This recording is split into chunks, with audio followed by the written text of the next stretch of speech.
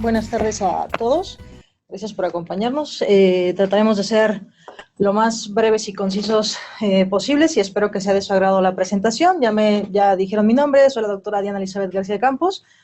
Soy anestesióloga, hice entrenamiento en anestesia de trasplantes y en medicina perioperatoria. Nuestros objetivos de la charla de hoy son dos. Primero, recordar la secuencia rápida de inducción e intubación. Y finalmente, conocer las medidas de protección durante el manejo de la vía aérea en un paciente que tiene una infección por SARS-CoV-2, ¿de acuerdo? Que tiene esta enfermedad por COVID-19.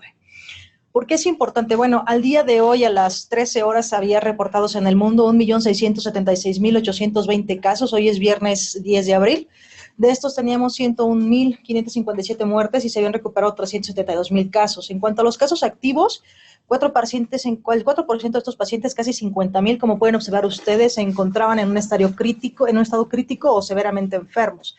Y finalmente, de los casos que ya fueron cerrados, el 80% ya están dados de alta o recuperados y hubo un 21% de muertes. Esto quiere decir que la estadística hasta el momento nos dice que 2 de cada 10 pacientes enfermos han fallecido.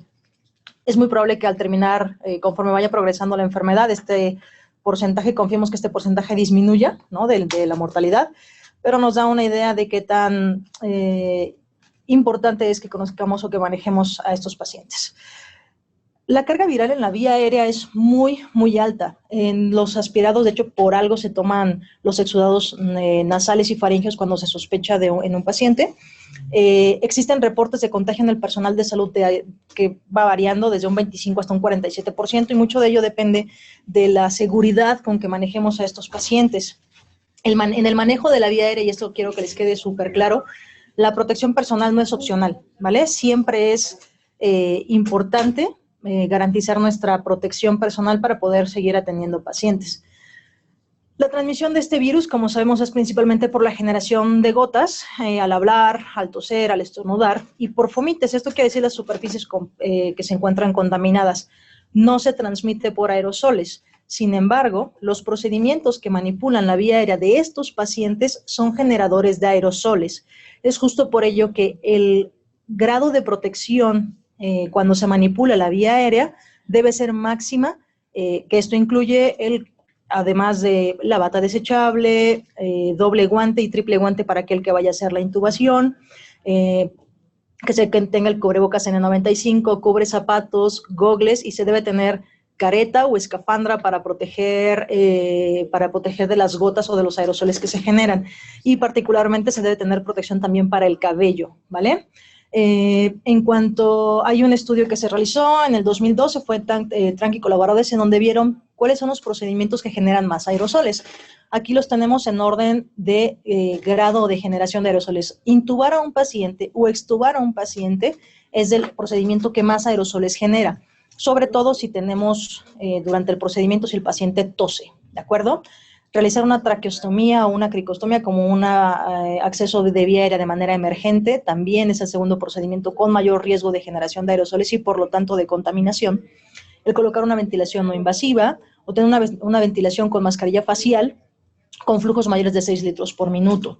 ¿Qué otros procedimientos se consideran potencialmente generadores de aerosoles? Bueno, cada vez que desconectamos el circuito de ventilación y que este circuito se encuentre en uso, es decir, que el ventilador esté ciclando, que estemos dando RCP, donde estamos dando reanimación a un paciente y que no tenga protegida o asegurada la vía aérea. Esto quiere decir, TET significa tubo endotraqueal.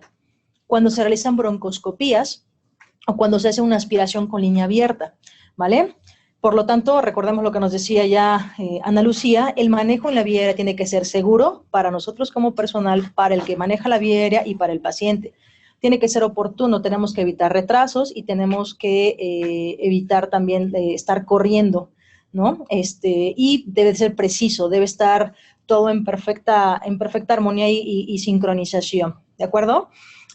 Cuando el manejo de la vía aérea, se vaya a extender fuera de las unidades de cuidados intensivos, van a comenzar a aparecer problemas logísticos. Y por eso es muy importante que se estandarice el manejo. Cada quien en sus centros busque organizar o coordinar los equipos para manejar la vía aérea, y esto se tiene que estandarizar y va a depender, esta estandarización del proceso va a depender de los recursos con los que se cuente en cada hospital y del diferente capital humano que se tenga, ¿de acuerdo?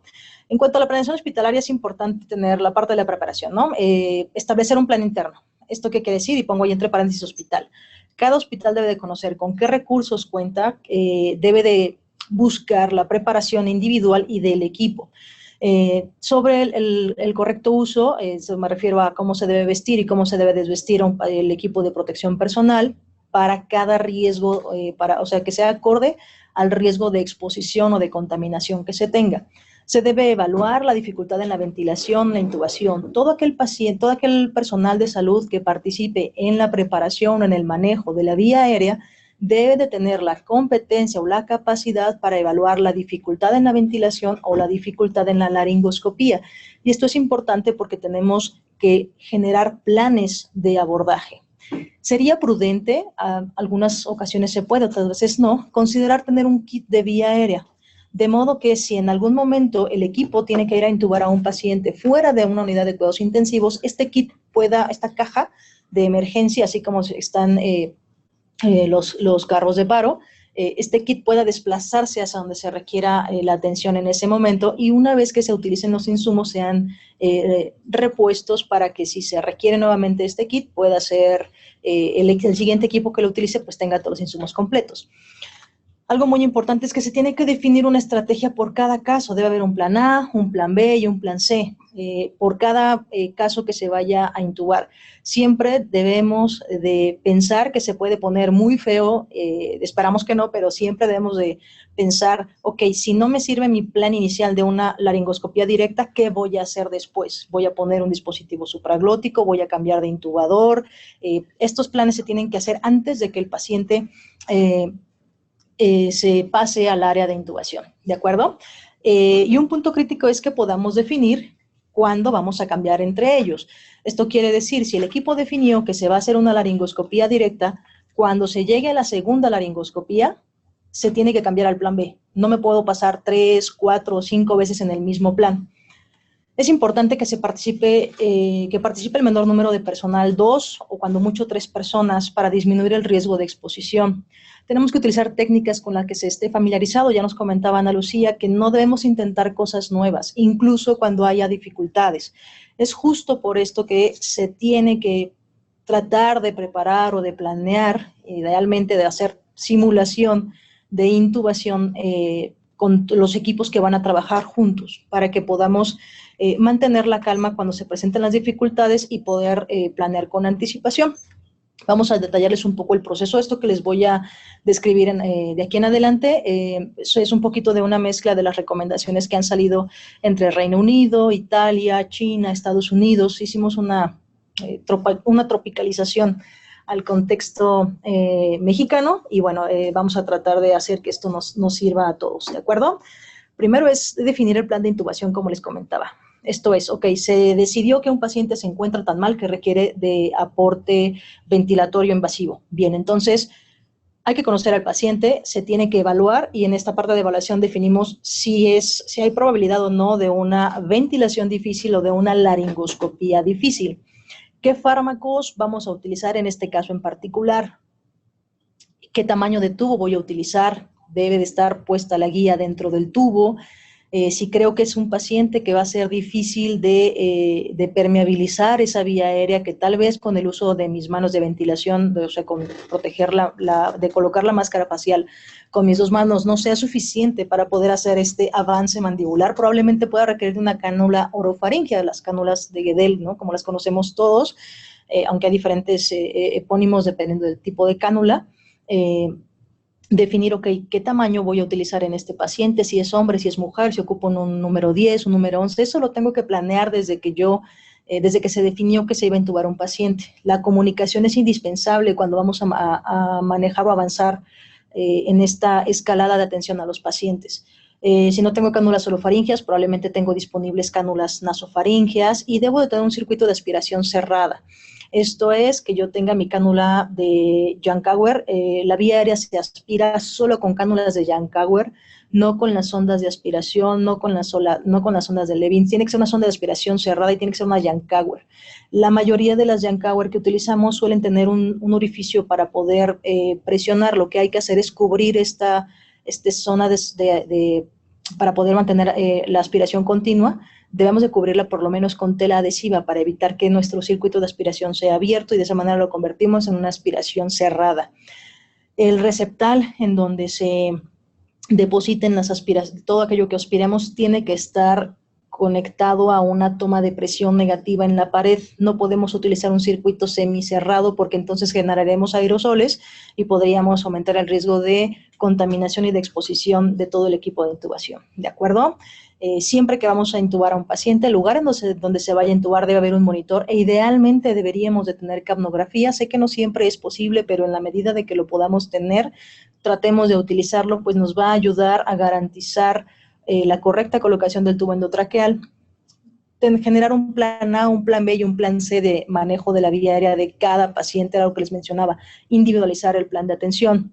Debería de estar en esa área donde se va a intubar al paciente el ventilador con parámetros preestablecidos y probablemente les llama un poquito aquí la atención de que les pongo el punto 7 que dice infusiones para mantener analgesia y hipnosis. A ver que les explico un poquito más por qué este punto 7 es importante. Y algo también, el último punto, y no por ello menos crítico, es que debemos asegurarnos que todo el equipo que participa en la intubación conoce la secuencia de pasos. De aquí la recomendación de una lista de verificación de todos los pasos que se tienen que hacer, ¿de acuerdo? Ojo, los aerosoles pueden durar hasta 20 minutos en el área. De ahí que sea importante considerar tener infusiones para mantener al paciente dormido y con control del dolor en lo que pasan estos 20 minutos y se decida que yo pueda entrar a invadir al paciente, ponerle línea arterial, ponerle un catéter central, lo que sea, para disminuir la exposición del personal, si es que esta invasión la va a realizar alguien distinto al equipo que va a intubar. Si se decide que el mismo equipo que intuba invada, bueno, no hay problema. Pero si se decide que el paciente se tiene que trasladar a otra unidad, debemos de estar conscientes de que durante 20 minutos va a haber aerosoles flotando con una carga viral elevada y que deberíamos de evitar estar en esa zona durante esos 20 minutos. Después de 20 minutos podríamos trasladar al paciente a cualquier otra área donde vaya a quedarse, donde se defina que se tenga que quedar este paciente, si es que no se quedará en esa zona. Este es un diagrama que les puse sobre el área designada para intubar. Idealmente debemos de considerar esto, la menor cantidad de personas expuestas. El intubador se sugiere que sea la persona con mayor experiencia en el manejo de la vía aérea, puede ser un anestesiólogo, puede ser un intensivista, puede ser un urgenciólogo, pero es importante que tenga experiencia en hacer laringoscopías. Como mencionaba Ana Lucía, se pueden requerir hasta 100 laringoscopías para generar la competencia, 100 laringoscopías directas para decir que tengo la competencia para hacerlo con algo de seguridad y solamente 20 videolaringoscopías, pero es difícil que en todos los lugares tengamos videolaringoscopías.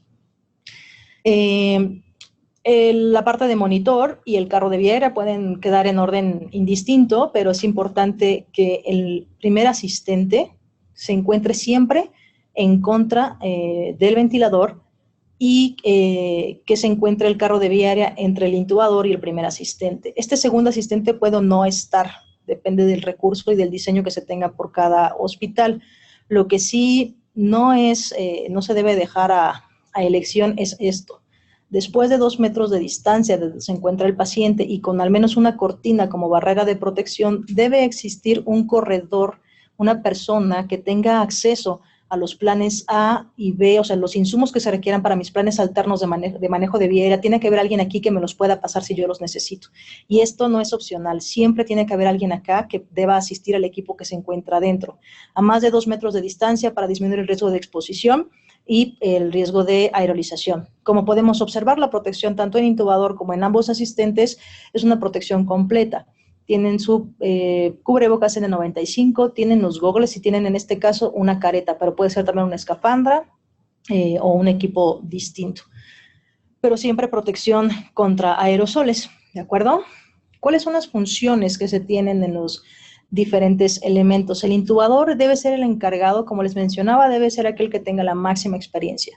El intubador va a preoxigenar durante 5 minutos. En estos 5 minutos el paciente puede estar consciente o debe idealmente estar consciente y él estar ventilando. Estos pacientes hemos visto que tienen una hipoxemia severa asintomática. Esto quiere decir que llegan saturando a 88, a 80 con flujos de 10 a 15 litros, pero ellos no se sienten con falta de aire.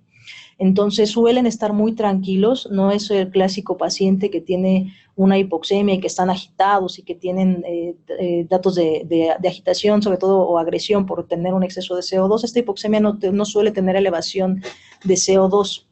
Entonces, la prooxigenación, si hablamos con los pacientes, suelen ser muy, muy cooperadores. En el caso de los niños, deberíamos de considerar poner quizá una pequeña dosis de ansiolísis para que puedan tolerar la prooxigenación. Es importante que la prooxigenación se haga con un adecuado sello, no debe haber fugas en el sistema. En un momento más les mostraré una imagen de cómo se debe de armar el equipo para disminuir el riesgo de contaminación por aerosoles. Este intubador es quien realiza o la videolaringoscopía o laringoscopía directa y, como les menciono aquí, idealmente no más de 2 intentos. El primer asistente, que este sí o sí tiene que estar en el equipo, es el encargado de realizar la inducción, hace una manipulación externa de la vía aérea. Si en la primera laringoscopía yo no puedo tener una adecuada visualización, si vemos un Cormac, probablemente un Cormac 3, intentemos hacer manipulación externa de la vía aérea. Esto incluye elevar un poco más la cabeza, hacer esta maniobra de burp, que significa back up right pressure. Esto quiere decir hago presión sobre mi laringe, la hago hacia arriba, desplazo un poco hacia la derecha, para poder facilitar la visualización al intubador.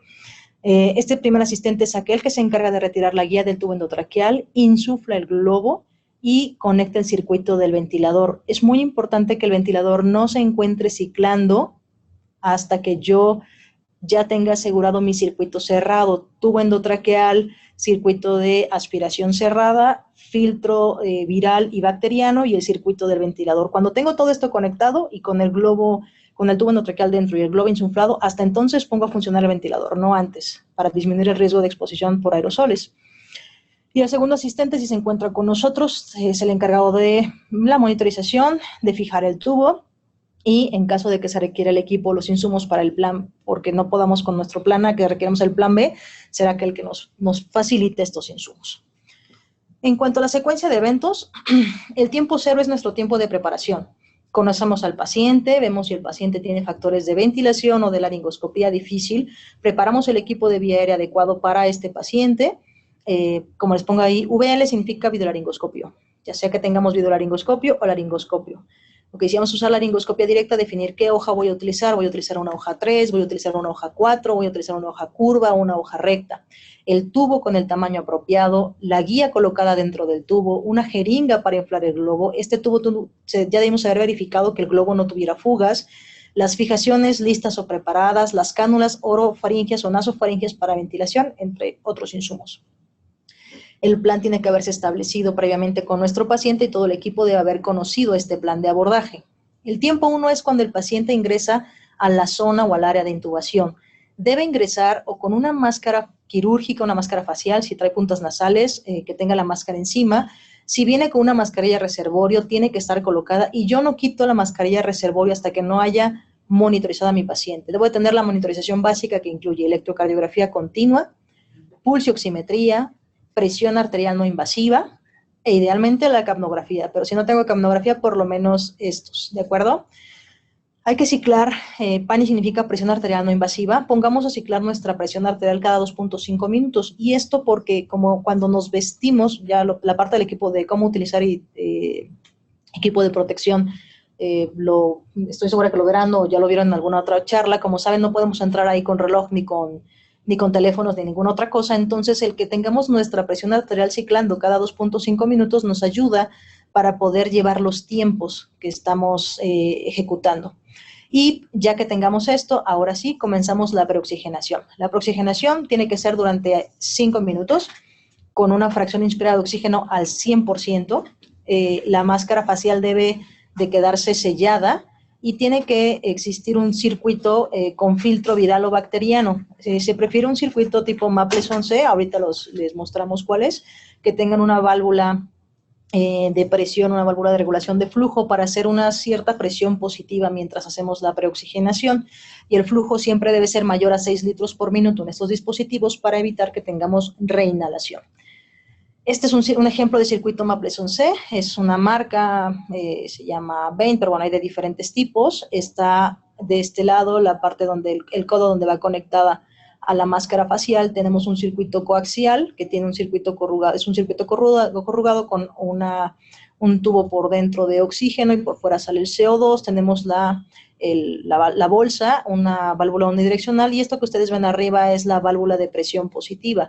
Esto nos ayuda a regular el flujo. Si yo tengo un flujo de 10 litros, puedo abrir o cerrar esta válvula para que me dé cierta resistencia y mantenga un poco de presión positiva hacia el paciente y me ayude a reclutar un poco más de alvéolos.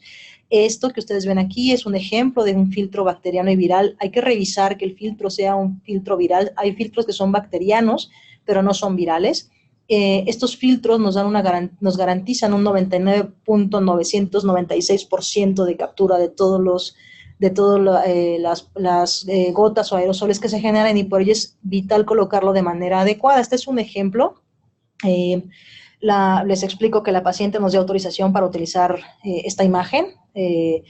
Está colocada la máscara y sobre la máscara facial se encuentra el filtro. ¿De acuerdo? Este es el filtro viral y bacteriano, y después del filtro viene todo lo demás, el codo y el circuito coaxial, ¿sí? Es muy importante que si se está ventilando, si se va a decidir ventilar, bueno, en este caso durante la proxiginación, esté la máscara e inmediatamente el filtro. Cuando yo tengo el tubo endotraqueal colocado, también debo de tener como primer parte puesta bueno, primero iría el circuito de aspiración cerrado y enseguida iría el filtro viral, y después todo el resto del equipo para evitar una contaminación tanto de nuestros ventiladores como y que evitar la aerolización, ¿de acuerdo? Bien, ya que preoxigenamos durante 5 minutos, viene nuestro tiempo 2. El tiempo 2 es cuando se realiza la secuencia rápida de inducción e intubación. Recordamos que el objetivo de este procedimiento, de la secuencia rápida de inducción e intubación, es lograr las mejores condiciones para poder colocar el tubo endotraqueal en el paciente en el menor tiempo posible, lograrlo al primer intento, en las mejores condiciones y evitar también la broncoaspiración. Es un procedimiento que se describió en 1970, pero ha sufrido varias modificaciones desde su creación, y esto por el avance en las técnicas tanto de aspiración y bueno, de nuevos dispositivos y nuevos fármacos. ¿Qué hipnótico voy a utilizar? Va a depender de las características de mi paciente. El propofol, si utilizamos propofol, estos son dosis para adultos, y son dosis para pacientes pediátricos, nos seguimos de 2 a 3 miligramos por kilo en lugar de 1 a 2. Para propofol de 1 a 2 miligramos por kilo debemos recordar todos que el propofol puede hacer que la presión arterial se baje. La ketamina a una dosis de 1.5 miligramos por kilo. Aquí pongo con asterisco la lidocaína. La lidocaína no tiene efecto de hipnótico, pero sí nos ayuda a disminuir dos cosas. Primero, la respuesta hipertensiva o simpática ante la laringoscopía, y segundo, disminuye la probabilidad de que el paciente tosa. En cuanto al opioide, el fentanilo, remifentanilo es otra opción, pero para este tipo de procedimientos el recomendado es fentanilo de 1.5 hasta 2 microgramos por kilo de peso del paciente. Muy importante el bloqueador neuromuscular, succinilcolina de 1 a 2 miligramos por kilo. Si utilizo succinilcolina, recordemos que debemos tener ciertas precauciones. Si mi paciente tiene hipercalemia, es decir, que es un paciente enfermo renal crónico y que tenga el potasio arriba de 4.5, arriba de 3.5, hay que tener cuidado porque sube al menos una dosis de succinilcolina, me sube 0.5 hasta 0.7 miliequivalentes el potasio sérico que yo tenga. Entonces, probablemente el paciente enfermo renal crónico no sea el mejor candidato para su uso. Pero si es lo que tengo, no está proscrito utilizarlo, pero debemos saber que puede elevar entre 0.5 y hasta 0.7 miliequivalentes el potasio, la concentración que yo tenga de potasio. El rocuronio a una dosis de 1 hasta 1.2 miligramos por kilo es importante, tiene el mismo efecto que la succinilcolina, actúa en poco tiempo. A veces no tenemos rocuronio en el hospital. Una opción que es económica y que es accesible siempre es el becuronio, a unas dosis un poquito más elevadas de las habituales. Con estas dosis de 0.15 a 0.2 miligramos por kilo nos da el efecto de máxima relajación entre minuto y medio y 2 minutos. Entonces es seguro utilizarlo. Si no tenemos ni rocuronio ni succinilcolina, es una buena opción utilizar el becuronio. Recordemos, hay estudios que han evaluado si debo poner primero una dosis del bloqueador neuromuscular o primero una dosis de hipnótico. No hay diferencia, al menos en los estudios. Se realizó un metaanálisis en 2017, se evaluaron 27 estudios y no había diferencia entre las características o las condiciones para la laringoscopía.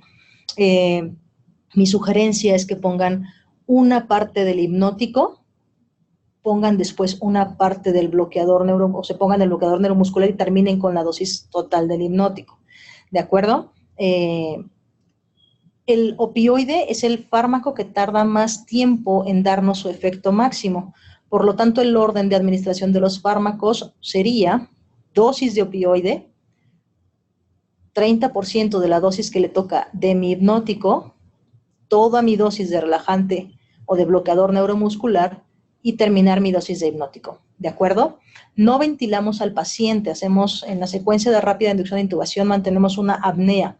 Una vez que inicié la administración de los fármacos, pasados los 2 minutos, y a eso me lo va a decir el ciclado de mi presión arterial, hago la laringoscopía para poder colocar el tubo. En el tiempo 3, esto es una vez que ya coloqué el tubo endotraqueal, el asistente 1 va a retirar la guía del tubo, va a inflar el globo y después de que esté inflado el globo conectamos el circuito. No olvidemos que debe tener el filtro colocado.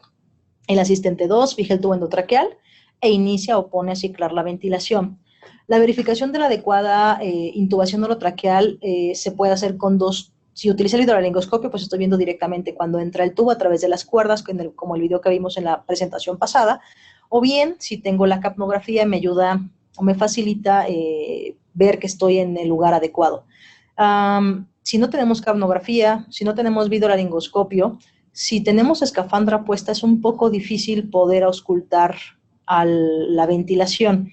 Pero si tenemos todo el circuito conectado junto con el filtro, el segundo asistente que no esté con escafandra, que solo tenga careta, puede auscultar los campos pulmonares para asegurarnos que estamos dentro de la vía aérea.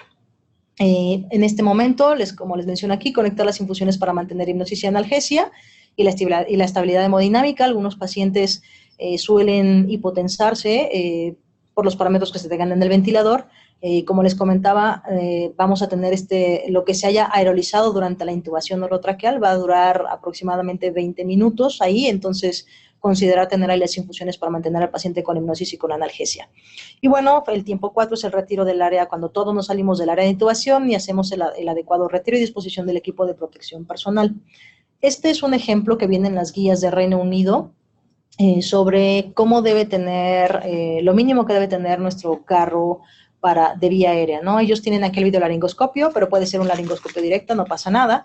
Ellos utilizan un tubo para poner un clamp, una vez que ya coloco el tubo y que infló el globo, y antes de conectar el circuito, ellos ponen esta pinza sobre el tubo. Es una opción válida. No, mientras no se ventile, no debería de haber generación de aerosoles, pero bueno, es una medida extra de protección que es válida utilizarla. El circuito, la bolsa, la válvula y la mascarilla, aquí estamos con el filtro viral bacteriano. La cánula de Jacquard, como les repito y les insisto, si no es Jacquard no sirve para aspirar secreciones en vía aérea, ¿de acuerdo? Y asegurarnos que sea una Jacquard que tenga el circuito cerrado.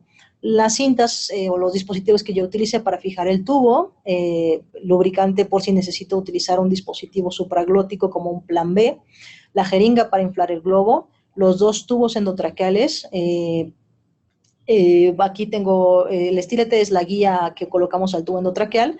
Ellos suelen utilizar el buggy cuando es una vía aérea difícil, utilizan el buggy, que es un dispositivo para manipulación de la vía aérea, que bueno, sale un poquito del objetivo de esta clase, y finalmente, bueno, esta charla, y finalmente los dispositivos orofaringeos para poder mantener la permeabilidad de la vía aérea, si es que no lo puedo lograr únicamente con la ventilación a 2 manos. Los dispositivos supraglóticos, si yo decido utilizarlo en un plan B, tiene que ser un dispositivo de segunda generación. Estas mascarillas laringeas de segunda generación se caracterizan porque tienen un tubo de aspiración que va hacia el estómago y el tubo clásico que va hacia la vía aérea. Si es una mascarilla laringea clásica, no nos sirve en este contexto de COVID porque suelen generar mayor probabilidad de aerosoles y la facilidad de su colocación es menor que estos dispositivos de segunda generación. Esto será lo ideal, contar con ellos. ¿De acuerdo? Y bueno, si es cuando tenemos un acceso emergente de vía aérea, debemos de tener la competencia para poder hacer una CRICOS de urgencia, y si no se tiene, bueno, se hablaría en este caso pues al cirujano que se encuentre de guardia, ¿no? Que sea accesible para nosotros. Les muestro unas imágenes sobre la posición adecuada del paciente. Normalmente es común que veamos a los pacientes en urgencias así. Un paciente con hipoxemia severa se beneficia de tener la cabeza elevada por lo menos 25 grados. Si yo tengo una hipoxemia refractaria y pongo al paciente acostado, le va a faltar más el aire. Si yo subo la cabecera, me va a decir que se siente mejor. Esto también es una posición adecuada para intubar a un paciente.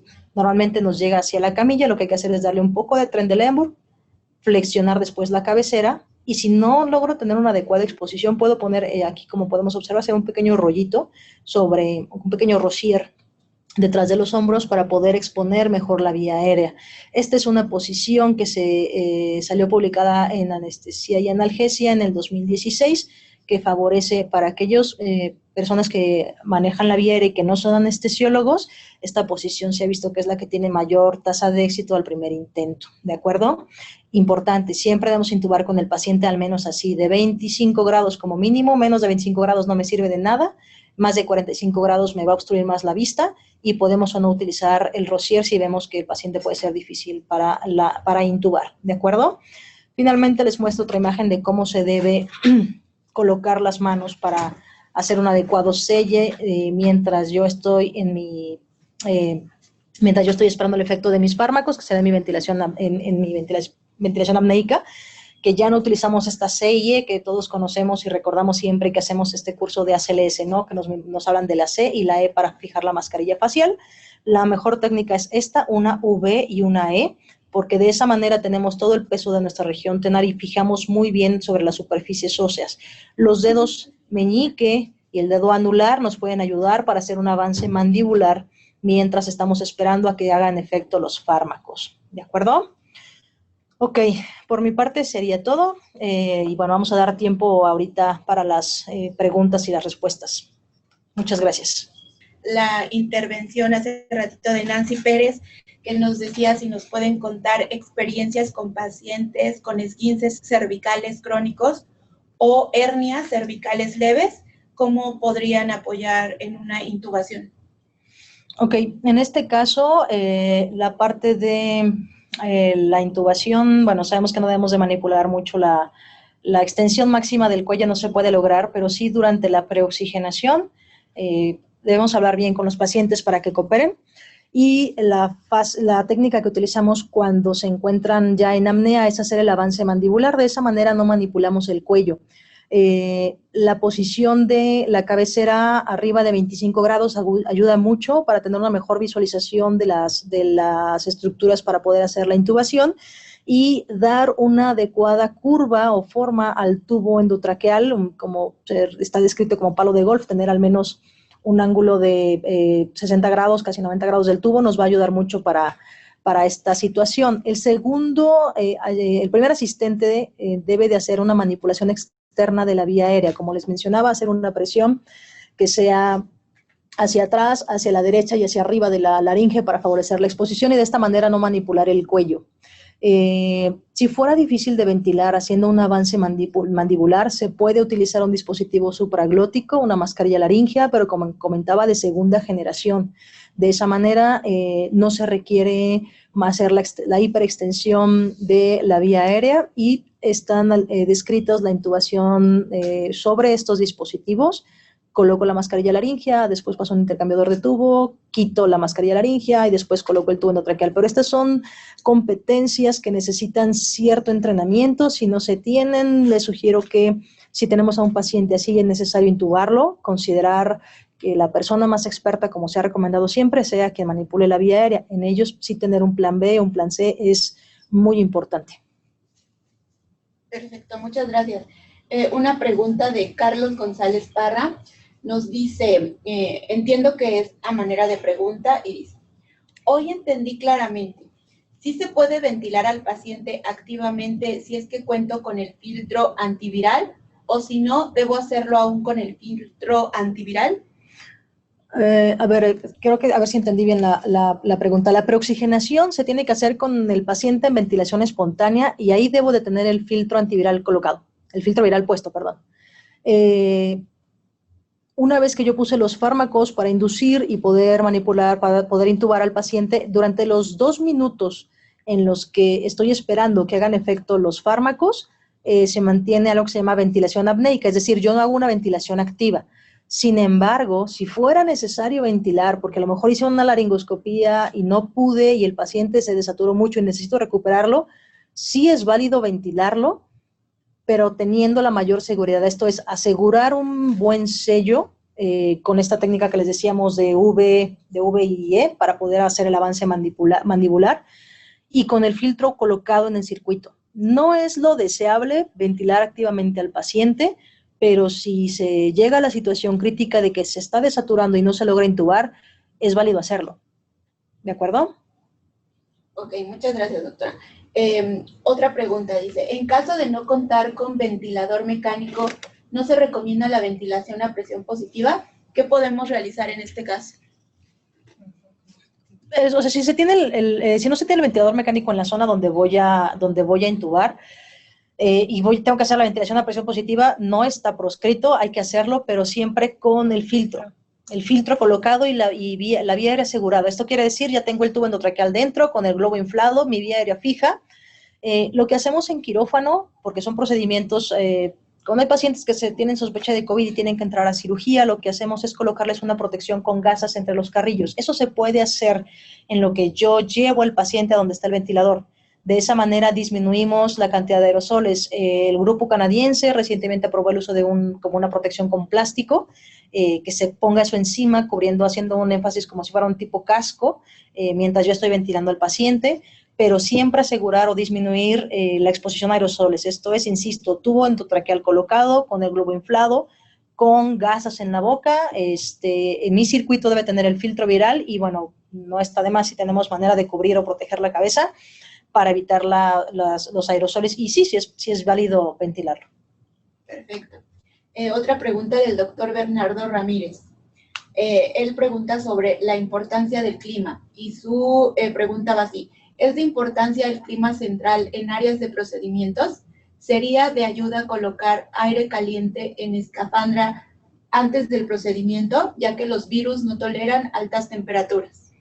Hasta el momento se ha visto que el virus, hay un estudio muy bonito que salió en Lancet, el virus puede tolerar hasta 35 grados de temperatura de aire caliente. Todo el equipo de protección personal hace que uno sude mucho, demasiado, y 30 grados hace que uno sude más. Y un problema que se presenta a menudo, que bueno, no lo mencioné, es que se empañan todos, el equipo de protección, se empaña la escafandra, se empañan los gogles. No se recomienda tener aire caliente como preparación del área para intubar. Las mejores condiciones que se puedan tener, digo, lo ideal es que hubiera que estemos en un área de presión negativa, que bueno, en todo México hay muy pocas. Ahora, que sea un área cerrada, que no tenga ventilación, o sea, que no esté el aire frío o caliente, no se recomienda el aire encendido, y tenerlo arriba de 30 grados para tratar de matar al virus solamente va a dificultar las condiciones en las que vamos a intubar. Entonces, mi recomendación personal, y por experiencia les comento que no es una buena idea, porque uno suda demasiado y se empaña todo el equipo de protección personal. Sí. Se dificulta mucho la intubación y lo que queremos es tener las mejores condiciones en el primer intento, lograr una intubación exitosa. Y que, o sea, lo que se ha visto es que lo únicamente recomendado que sirve para protección del equipo es el equipo de protección personal. No hay ninguna otra recomendación que sustituya este equipo. Entonces, pues lo principal es contar con el equipo para podernos proteger, tomar en cuenta esos tiempos para evitar que personal que no se expuso al momento de hacer la intubación se exponga cuando todavía están los aerosoles en el área. Yo creo que son las recomendaciones que se pueden tomar como para considerar menor riesgo de exposición. Perfecto. Y este es de Nancy Pérez, que retoma un comentario que hicieron previamente. Dice, y en el caso de disfunción temporomandibular, ¿sería lo mismo que nos explicó? Sí, aplica las mismas condiciones. La disfunción temporomandibular, o sea, mientras no se tenga un sistema de fijación, una vez que yo relajo al paciente, se puede avanzar perfectamente la mandíbula. Perfecto. El doctor Carlos González dice, pero si ya lo induje y ya está bloqueado neuromuscular, ¿necesito ventilar o qué hago? No, normalmente si se logra una adecuada preoxigenación en estos pacientes, puedes mantener, si tú preoxigenas durante 5 minutos, vas a notar que vas a durar antes de que la máxima saturación que puedes lograr con estos pacientes, esto te lo digo por experiencia pues, personal en lo que estamos viendo en mi hospital, cuando llegan el paciente está aproximadamente como 87, 83% de saturación. Cuando preoxigenamos bien, llega a subir hasta 90 y dura en 90 todavía más o menos unos 3 minutos. Pasan entre 3 a 4 minutos antes de que el paciente se desature. Entonces, no es necesario que tú relajes al paciente. Que tú ventiles al paciente. Es una parte apneica. Hay un flujo pasivo que tienes a través del circuito, que en este caso es el circuito Vein, por ejemplo. Tienes un flujo de 10 litros o de 12 litros, y si tú tienes bien hecho tu sello, esa oxigenación pasiva le sigue llegando al paciente y sigues teniendo intercambio de oxígeno. Va a evitar esos 2 minutos. Vas a tener durante ese tiempo, más o menos después de que tú intentes hacer tu laringoscopía, vas a tener por lo menos 3 a 4 minutos antes de que el paciente comience a desaturarse. Perfecto. Ramón interactúa con ustedes y les dice que es muy interesante. Él cree que en la mayoría de los sistemas lo complejo son los recursos humanos y la línea de capacitación homogénea. Él cree que se debe empezar a trabajar en ello desde ya, porque es fundamental el trabajo en equipo y la no rotación de los integrantes. Socorro nos pregunta, una duda, aparte de que no soy experta en intubar, por eso estoy aquí aprendiendo, tengo muchos problemas con los gogles que se me nublan. ¿Qué me recomiendan hacer al respecto?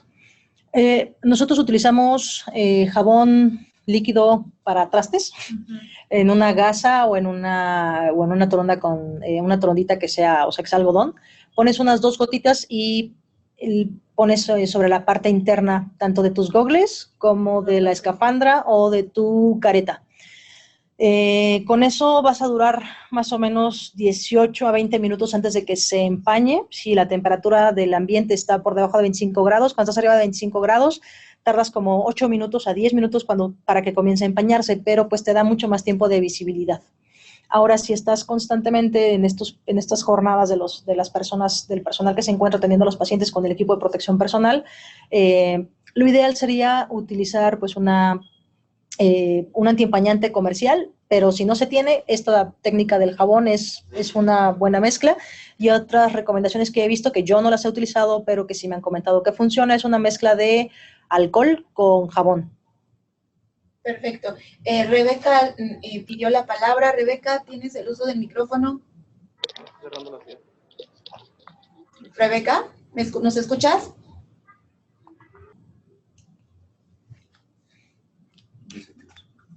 Rebeca, tienes activo el micrófono. ¿Quieres hacer una pregunta? Bueno, continuamos. Elizabeth pregunta, ¿y si no contamos con un filtro antiviral? Si no se cuenta con un filtro antiviral, no es seguro darle ventilación positiva al paciente porque se va a estar aerolizando. Hay que verificar, muchos de los circuitos de anestesia actuales ya vienen con un filtro viral. Entonces, nada más, la probabilidad de que tengan en su hospital filtros virales específicos o, bacterias y virales separados o independientes, quizás sea menor, pero todos los circuitos de anestesia tienen un filtro viral incluido. Nada más hay que buscar y leer que diga filtro bacteriano y viral, y suelen ser uni o bidireccionales, pero todos los circuitos de anestesia ya tienen, los circuitos de anestesia actuales vienen con filtros, estos circuitos desechables, entonces los podemos utilizar.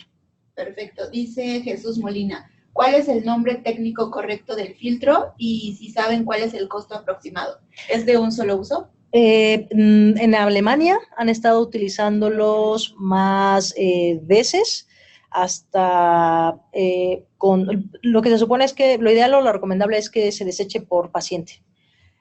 Por eso hay que optimizar los recursos. Si yo utilizo un filtro para intubar, ese mismo filtro debería de conectarlo yo a mi circuito del ventilador. El costo desconozco. Seguramente ahorita con esto de la contingencia todos los costos subieron. Desafortunadamente es algo que se llama oferta y demanda, y así funciona ahorita la parte de la economía. Debe estar, no sé, desconocen cuál es el costo.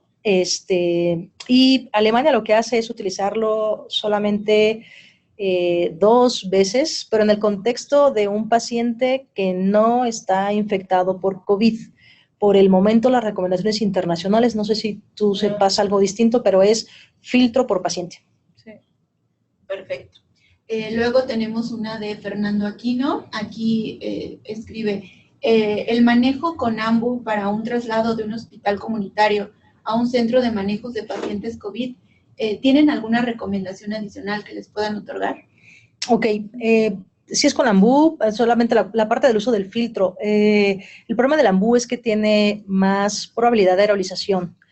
Y como no es un sistema coaxial, pues se aeroliza más. Entonces, si yo tengo un filtro, no importa si utilizo un AMBU o no importa si uso un vein, puedo utilizar el traslado para el AMBU, o sea, para este paciente de un centro de primer contacto a un hospital de referencia con AMBU, y yo puedo estar asistiendo al paciente. Si veo que tiene dificultad respiratoria y tengo mi filtro, puedo colocar la mascarilla en el paciente, pongo el filtro, pongo el AMBU, y cuando él esté haciendo esfuerzo, apoyo en la ventilación. La desventaja del AMBU es que no me da presión positiva, que es algo que me da el otro sistema, pero digo, es viable, si no se tiene, por supuesto que se puede utilizar, es mejor asistirlo con el AMBU a tenerlo en ventilación espontánea y que él esté respirando solito con su mascarilla reservorio. No sé si tú quieras comentar. También se podría mantener cierta presión al momento de estar con el AMBU, no dejar que se libere por completo, dejarle un poquito de así efecto de presión positiva para que pues se pueda mantener el alvéolo abierto lo más posible, y además del filtro, como ya comentó Diana, que es lo elemental, en el traslado sí que se consideren medidas extras de protección, lo que habíamos comentado de las gasas en la cavidad oral, poner una protección de, ya sea de los plásticos, algunos, por ejemplo, los que vienen como Egapac de cocina, bolsas de basura transparente, ayudan, sí se ha visto que sí garantiza una menor aerolización en estos pacientes, pero sí es importante tomar medidas extras y que todo el equipo que esté ahí esté con protección. O sea, sí es muy importante que nos cuidemos también nosotros al momento de hacer este tipo de traslados. Perfecto. Jesús pidió la palabra. Jesús, ¿quieres hacer una pregunta? Tienes el micrófono activo. Jesús.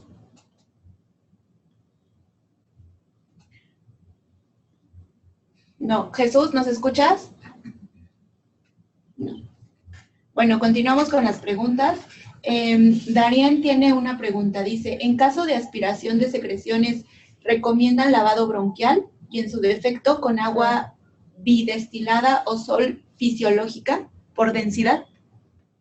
La pregunta va dirigida a si hay broncoaspiración o no entiendo eso, no sé si nos puede, o sea, si llega a haber broncoaspiración durante la intubación. Daria, ¿nos puedes especificar, por favor, aquí en el chat, por favor, para que te puedan responder? ¿Como de rutina para secreciones? No se recomienda el lavado bronquialveolar de manera rutinaria. Si utilizamos la secuencia de inducción e intubación rápida, la probabilidad de broncoaspiración es mucho menor. Si yo sé que mi paciente quizá no tiene el tiempo de ayuno suficiente, el uso de la presión cricoidea es necesaria. Para disminuir la probabilidad. Esto nos disminuye la probabilidad de broncoaspiración, pero no la elimina por completo. Si a pesar de todas estas medidas llegáramos a considerar que el paciente broncoaspiró, no se recomienda de manera inicial porque generaríamos más aerosoles. Esta parte del lavado bronquialular se tiene que hacer con personal que esté entrenado, esto es con broncoscopía, pues, y en un espacio diseñado para ello. Si ustedes notan que, bueno, quizá hubo algo de broncoaspiración, no sugerimos el lavado bronquialveolar porque aumentaremos el riesgo de aerolización y si fuera necesario hacerlo, se tendría que hacer en un centro de atención especializado. No vale la pena exponerse. La parte de las medidas de uso de las intervenciones ante una posible broncoaspiración, es importante que cuando se entrega al paciente al equipo de terapia intensiva se les comente que existe la posibilidad de que haya habido broncoaspiración de contenido alimenticio y bueno, ellos ya decidirán si le hacen el lavado bronquialular en ese momento. Nuestra prioridad es garantizar o asegurar la vía aérea del paciente. Una vez que se tenga eso, si broncoaspiró algo un poco, bueno, no pasa nada, traslademos el paciente a un área de siguiente nivel de atención donde puedan hacer el lavado si es que se considera. ¿De acuerdo? Y también como para toma de muestra, tampoco se está recomendando hacer lavado bronquial. Es más el riesgo que el beneficio. Sí. Perfecto. Nos preguntan acá, ¿varía la saturación de oxígeno de un niño y de un adulto? ¿Y cómo intubar? Ya tenemos claro en adulto, pero en pediátrico, ¿cómo funciona? Los criterios para decidir intubar a un paciente pediátrico vienen siendo, prácticamente los mismos que en el adulto. Lo ideal es basarse en una gasometría y ver que tenga los criterios de un síndrome de distrés respiratorio, que tengamos esta relación entre la presión arterial de oxígeno y la presión inspirada de oxígeno, que sea menor a 300. Las recomendaciones internacionales dicen que por debajo de 150. Lo que sí debemos recordar es que el paciente pediátrico tiene menor reserva pulmonar. Esto quiere decir que antes de los 3 minutos va a empezar a desaturarse. Por eso tener la tranquilidad para intubar y tener la mayor tasa de éxito es muy importante. En los pacientes pediátricos, durante el contexto de COVID, se utilizan tubos con globo. No usamos tubos sin globo. Los tubos actuales que tienen globo, que son para pacientes pediátricos, son tubos de alto volumen y de baja presión. Esto quiere decir que el aumento, cuando yo tengo inflado mi globo, no va a generar compresión tan severa en la mucosa como para causar necrosis de la mucosa. Se puede usar de manera segura y se debe utilizar en un paciente pediátrico un tubo con globo. Sí, y de igual forma, o sea, si se va a manipular la vía aérea en un paciente pediátrico, lo ideal es que sea un especialista en vía aérea de paciente pediátrico, en este caso un anestesiólogo que además tenga una formación en pediátricos, ¿no? Perfecto. El doctor Molina, a ver si, doctor Jesús Molina, él pide compartir en pantalla un dispositivo para saber si lo que tiene es un filtro red. Entonces, doctor, ya puede compartirlo para que lo vean por acá las doctoras. Mientras tanto, perfecto.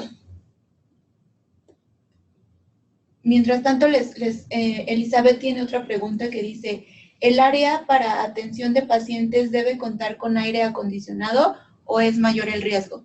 De preferencia, no se tiene encendido el aire acondicionado. Digo, si se tiene, tenerlo apagado. No, es riesgoso encenderlo. Doctor Jesús, ¿quiere el micrófono? Sí, sí lo tengo. Pero perfecto. No puedo compartir la pantalla, les comento. Es que... ¿Sí se ve? Estamos viendo su pantalla. Vemos ahí el como mar, Quería que vieran la cámara. Vemos su pantalla, pero no vemos el dispositivo. Igual y ahí le tienen que presionar algo ahí. Híjole. Bueno, la pregunta era porque hay un dispositivo que se llama GoToVent y que, de repente lo hemos utilizado y trae algo que parece un filtro. Era la duda que yo tengo porque dice HMEF, pero no dice filtro viral y bacteriano como el de las doctoras. Sí, dice, ¿es el GoToVent de Bortran? Sí. ¿Es ese?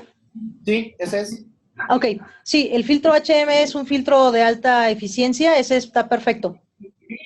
O sea, es buen filtro. Sí, es muy buen filtro. Perfectísimo, muchísimas gracias. Por nada. Gracias, doctor. Doctor, ¿ya nos puede dejar de compartir? Sí, ahí voy. Si fuera posible que nos mande una foto al correo y ahorita igual lo vemos, o sea, que lo tome de cerca para ver los detalles, solo para estar seguro. Si es el que creo que es un HMF, si es un filtro. Voy a salirme de la reunión porque no me deja y ahorita me vuelvo a entrar y se los mando. Ok, gracias. Bueno, tenemos otra pregunta que dice... Tony Briones dice, ¿en qué condiciones se utiliza la mascarilla laringe? Para ventilación mecánica de 2 pacientes con un splitter, ¿debo aumentar el volumen todas al doble? Ok, primero las recomendaciones. Entiendo que en España se llegó a utilizar para ventilar a más de un paciente los ventiladores. Hay más riesgo de aerolización y no todos los hospitales tienen la presión suficiente en los compresores para poder mantener el flujo. Las mascarillas laringeas, los dispositivos supraglóticos no se recomiendan para una intubación, para una ventilación mecánica prolongada, esto es más de 2 horas. El dispositivo supraglótico, las mascarillas laringeas, solo son un dispositivo de rescate cuando yo no logré intubar a mi paciente al primer intento y necesito ventilarlo en lo que ejecuto mi plan B o plan C para asegurar tener un tubo endotraqueal colocado. No se utilizan las mascarillas laringeas como dispositivos para ventilación prolongada y no con ventilación a presión positiva, porque no toleran un PIP mayor a 4 y para estos pacientes, como vieron si estuvieron en la charla de ayer, se requieren PIPs mucho más altos. Perfecto. Gracias, doctora. Paco nos pregunta, recomendaciones en niños con cánula sin globo, no tenemos filtros. Y la segunda es sobre higiene en el área de choque. Dice así, ¿higienización del área de choque recomendada? Sí. Después de que, esto sí, como les comenté, idealmente 20 minutos después de tener a un paciente, la solución se debe de lavar, la solución de un exhaustivo habitual, que suele ser hipoclorito, ¿no? Al punto 1.5%. Tratar de limpiar todo, a veces es difícil. Lo que nosotros hacemos es que tenemos bolsas de plástico que están cubriendo los monitores, de modo que con los guantes que yo tengo ahí, que estoy manipulando al paciente, estoy tocando, bueno, para no ensuciar el monitor y no tener que estar haciendo la sanitización de todos los insumos, podemos colocar un plástico encima que me permita que la pantalla, o sea, que yo pueda presionar los botones y que no me obstaculice la vista. Si no se tiene el filtro viral, se tiene que utilizar, bueno, las cánulas en los niños sí o sí tienen que ir con tubo. Si no es una cánula que tenga, tiene que ir con globo. Si no es una cánula que tenga globo, voy a aerolizar. No es seguro. Lo seguro es utilizar cánulas con tubo. Si no lo tengo, bloquear con gasas me puede ayudar, con una bolsa a pesar extra de que encima. esté intubado. Pero a la brevedad se debe de utilizar. Estos pacientes duran intubados en promedio 10, 14 y hasta 22 días.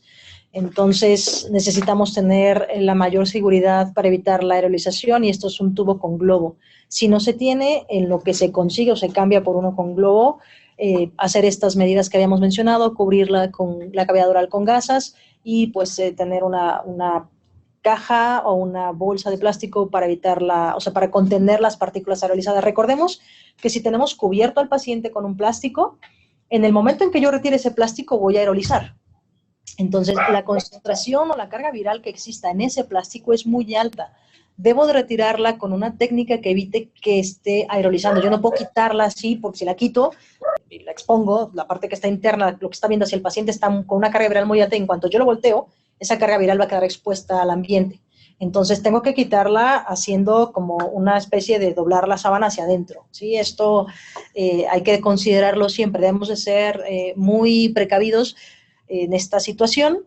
Si no se tiene ni el filtro, ni tubos, ni cánulas endotraqueales con globo, bueno, esto es lo que podemos hacer, pero recordemos que los ventiladores son circuitos abiertos, no hay un filtro donde llegue, o sea, debemos de colocar un filtro viral en alguna parte. Si no está se debe estar idealmente al inicio del circuito y si no, proteger mis ventiladores, porque si no ese ventilador, si yo no le puse un filtro, ese ventilador, toda la parte adentro, toda la parte interna está contaminada y ya no puedo utilizarlo para otro paciente. Muy bien. Eneida nos pregunta, si el ambuno cuenta con ese filtro, ¿podemos adaptarlo? Sí, como les mencionaba, acérquense a los anestesiólogos para que vean los circuitos de anestesia. Como les mencionaba, todos los circuitos de anestesia actuales tienen filtros virales. Pueden ser unidireccionales o bidireccionales, pero tienen filtros virales. Perfecto. Tony nos pregunta, ¿el porcentaje de error en intubación con aerobox versus plástico? Esto depende mucho del entrenamiento. Hay quienes...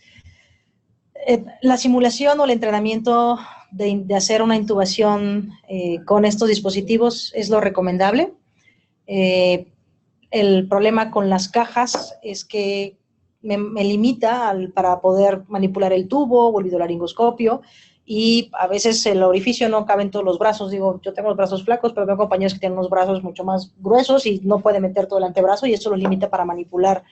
Si ustedes tienen una caja en su hospital, practiquen la técnica de intubación o la simulación, o sea, simulen estar haciendo la manipulación porque van a encontrar probablemente áreas de oportunidad con el plástico o con la caja, pero lo que tengan, tienen que practicar. Practicar, va a garantizar disminuir los errores, hacer las cosas de manera sistematizada, por eso les mencionaba la planeación hospitalaria, es muy importante, y definir que quien vaya a intubar debe haber practicado con estos dispositivos, o el plástico o la caja, pero que sepa a qué adversidades se puede enfrentar. Perfecto. Sí, es importante considerar que incluso nosotros que nos consideramos ya expertos, el hecho de estar expuesto en este tipo de circunstancias que son muy diferentes a lo que es un paciente que es llevado a una cirugía electiva, que no tiene ningún otro factor de riesgo, pues sí existe, pues hasta nosotros que tenemos el expertise, el riesgo de que cometamos errores. Al final de cuentas, yo creo que tanto la caja como los plásticos es para garantizar un poquito más la protección de todo el equipo y evitar la aerolización, pero si uno tiene el equipo completo y tiene un buen laringoscopio y se siente seguro haciéndolo con la laringoscopía, no es necesario utilizar otros equipos en los cuales no estamos tan familiarizados. El usar la caja es difícil. Yo también he tenido oportunidad de probar con un maniquí y hasta el hecho de que alguien no te puede estar pasando las cosas, tú tienes que hacer la laringoscopía, sacar la guía, conectar el circuito, poner el globo, tener la precaución de que todos tus equipos que ya estuvieron manipulados, que ya estuvieron en contacto con la vía aérea, no estén por todos lados para que no estemos contaminando más área, y incluso el hecho de quitar la caja una vez que se termina de utilizar es algo que se tiene que practicar previamente. Yo no les recomiendo que si es la primera vez que lo usen con un paciente en estas condiciones, no lo recomiendo. Sí, como dijo Diana, simulación y práctica antes de utilizarlo.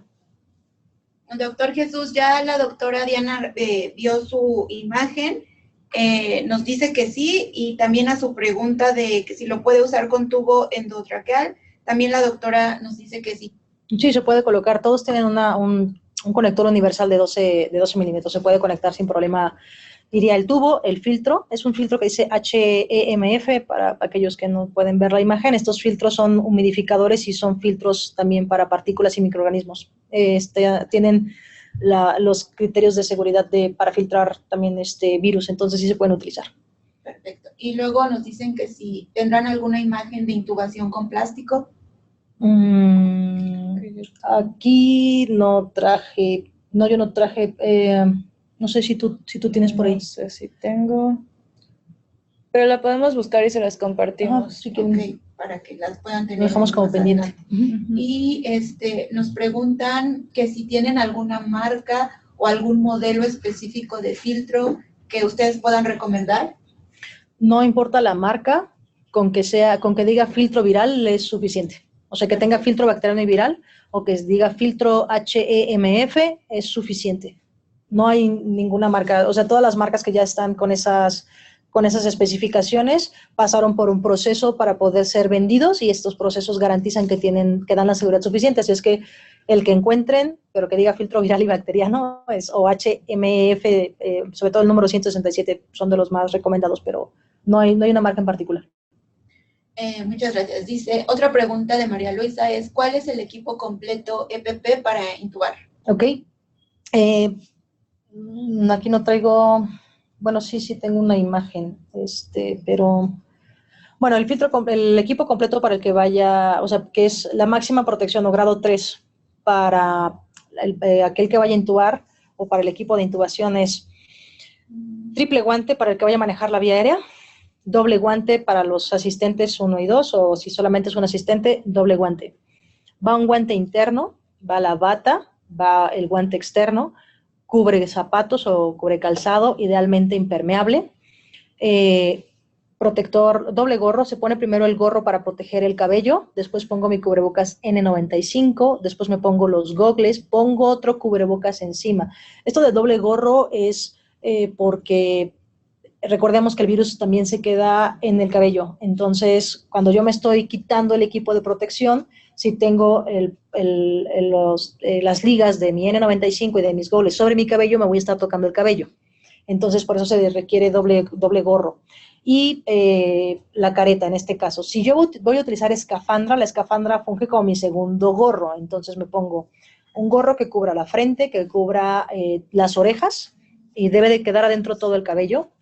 Me coloco cubrebocas N95, gogles, me coloco la escafandra encima, y bata impermeable, doble guante, triple guante si soy quien va a manejar la vía aérea, y cubre calzado.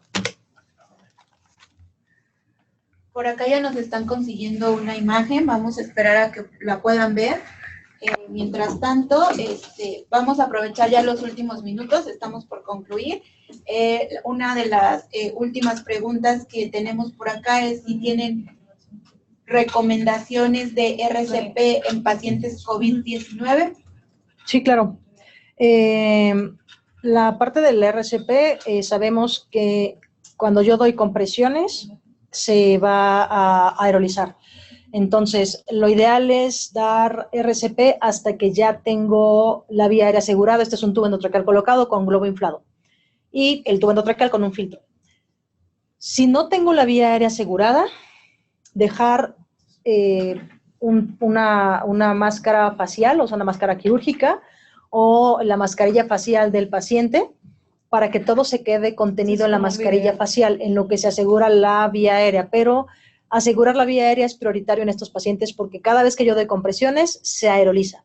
Si es un paciente que yo tenía conectado al ventilador mecánico, como es ventilación a presión positiva, debo desconectarlo de la ventilación. El orden de estos pasos sería apagar el ventilador, o sea, que deje de ciclar, pinzar pinzo mi tubo y desconecto el circuito del ventilador, pero por detrás o antes de llegar al filtro. Debo de dejar colocado el tubo endotraqueal y el filtro siempre en el paciente. Despinzo y aquí conecto el ambú o conecto el vein, ¿de acuerdo? Porque sabemos que para dar RCP no tiene que estar el paciente ventilado. Si fuera un paciente que está con ventilación mecánica y que por algo cayó en hipoxemia aguda y hizo paro, y se va a dar reanimaciones, estas son las recomendaciones. Primero apago el ventilador, pinzo mi tubo, desconecto mi circuito, ahora sí despinzo el tubo, pero siempre voy a tener tubo con filtro viral colocado. Perfecto. En pantalla tienen imágenes, doctora, ¿nos quieren compartir algo sobre la imagen? Sí, es más o menos, o sea, no es la original que salió ahorita ya en el artículo, de hecho creo que salió hoy mismo, el día de ayer, pero el chiste es lo mismo, cubrir toda la zona y evitar que se aerolice. Incluso ahorita, por ejemplo, no solamente en los pacientes que son casos COVID ya positivos, sino en pacientes que se están llevando a cirugías de urgencia, nosotros estamos realizando este tipo de cobertura y de protección para todo el equipo. Como dijo la doctora Diana, es importante principalmente cubrir la zona donde hay mayor aerolización, que es la cavidad oral. También utilizamos las gasas y lo importante también es no solamente ponerlo y ya, sino al momento de retirarlo, quitarlo como un doblado hacia adentro para evitar que ese virus se contamine a otras zonas y que todo lo que nosotros estamos tocando por adentro es 100% contaminado y que tiene que tener un manejo aparte. Entonces, es cualquier plástico. Normalmente en los quirófanos lo que nos dan son de las bolsas de basura que se utilizan para el manejo de residuos, y lo importante es que sea transparente, porque siempre tenemos ahí la visualización directa de nuestro paciente. Perfecto. Como parte de las últimas preguntas nos dicen, ¿con cuál se considera una menor exposición? ¿Con la caja o el plástico? No he acabado de leer el último que hicieron de Canadá, pero también lo estaban viendo por imagen con bajo exposición con luz fluorescente. La caja sí tiene buena cobertura. Se hizo un modelo en New England que tenía un globo que hacía la función de que el paciente tosiera, y sí lo vieron, que sin la caja, esa expulsión, esa aerolización podía llegar hasta 2 metros alrededor de donde se encontraba el paciente. Con la caja sí se vio que la caja servía como una barrera adecuada para evitar la aerolización y contaminación del área, y únicamente quedaba zona como a nivel del tórax del paciente que estaba contaminada. El plástico no he visto como tal qué tanto comparado con la caja, pero sí se sabe que, y ya se comprobó que sí es una buena opción como protección, y más si no se cuenta también con la caja. Si me permiten, para compartirles la imagen, este es, acaba de salir en abril, bueno, acaba de salir hace un par de días, el algoritmo de la AJA, o sea, de cómo dar RCP en los pacientes, y si se fijan con amarillo, es el mismo algoritmo de siempre, pero en amarillo vienen 2 puntos clave, no sé si podemos darle un poquito de zoom a esas imágenes. Arriba dice el DONT, que es colocarse el equipo de protección personal. Siguiente punto importante, limitar el personal que está expuesto y considerar qué tan apropiado es reanimar al paciente.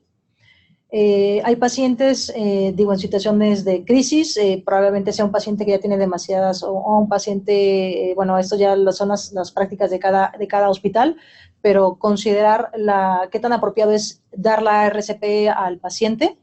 Y abajo, como ven, dice aquí, si es cuando se inicia la reanimación, se tiene que dar oxígeno, como les mencionaba, con una mascarilla facial para que sea idealmente una mascarilla reservorio, para limitar la aerolización mientras están dando las compresiones.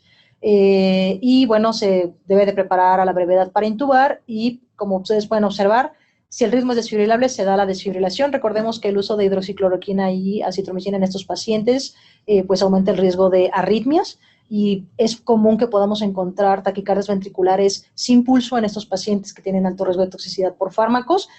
Hay que priorizar la intubación, y una vez que está intubado se reanuda otra vez la RCP, ¿no? Entonces, el algoritmo es básicamente el mismo, pero ponemos al inicio equipo de protección personal, al personal que debe estar ahí, que es realmente necesario que esté ahí, y se prioriza asegurar la vía aérea con un dispositivo suprabiótico, como les comentaba, de segunda generación, pero siempre, siempre, siempre, como ustedes ven ahí, debe tener un filtro, el filtro conectado. Perfecto. Paco rapidísimo nos dice, secuencia rápida en pediatría, ¿cuál recomiendan? Midazolam, ketamina, becuronio versus midazolam, fentanil, becuronio. Esto depende de las características del paciente. Recordemos que el midazolam no es como que la mejor indicación, no es el mejor fármaco inductor, pero porque no me va a dar tanta, o sea, la hipnosis, el tiempo que va a tardar para tener su efecto máximo es por arriba de casi 3 minutos, entonces pues no me sirve, porque yo busco poder intubar al paciente en 2 minutos una vez que pase los fármacos. Pero si lo voy a utilizar, midazolam, ketamina, fentanilo, lo recomendaré en un paciente pediátrico que tenga riesgo de inestabilidad hemodinámica y que tenga todavía reserva adrenérgica. Es decir, que no es un paciente que está séptico, porque entonces, aunque yo utilice ketamina, se me va a inestabilizar. Becuronio sí o sí. Y esa es mi experiencia particular y propia, yo, a pesar de que utilicé ketamina, también utilizo opioide para poder tener una mejor, o sea, para poder limitar la respuesta simpática y disminuir el riesgo, los efectos adversos de la respuesta simpática no controlada. Claro, el opioide es el que te va a abolir los reflejos de la vía aérea. Hay que recordar que si bien la ketamina pues tiene cierto efecto, pero no al compararlo con el efecto que tiene un opioide. Nosotros lo que buscamos es evitar que el paciente vaya a toser, vaya a tener cierta respuesta al momento de hacer la laringoscopía, y yo creo que igual como opinión personal, el opioide no puede faltar al momento de hacer una secuencia de inducción rápida. La opción del relajante y el hipnótico quedan ya a características del paciente, a afinidades de cada quien, como sepa uno manejarlo, pero el opioide yo creo que sí tiene que ser mandatorio al momento de considerarlo como para hacer una secuencia de inducción rápida. Les voy a compartir una frase que no se nos debe olvidar, y que creo que lo mencionamos al menos una ocasión durante la presentación, tanto Anuncia como yo. Necesitamos hacer cosas a las que estemos acostumbrados. Si mi mezcla de midazolam, ketamina, becuronio es con lo que he tenido más tasa de éxito para intubar, perfecto, eso use. Si su mezcla de a lo mejor ketamina, fentanilo, becuronio es con la que ha tenido más éxito, utilice esa. En lo que tenga más experiencia es lo que tenemos que utilizar, insistimos. No son pacientes en los que nos debamos de poner a experimentar. Lo que dominemos es lo que debemos utilizar. Muchas gracias, muy adecuada esta frase. Y María Luisa dice, si no contamos con un filtro viral, ¿recomienda realizar manejo avanzado de la vía aérea? Estamos hablando en el contexto de, ¿qué? O sea, para intubación. Ajá.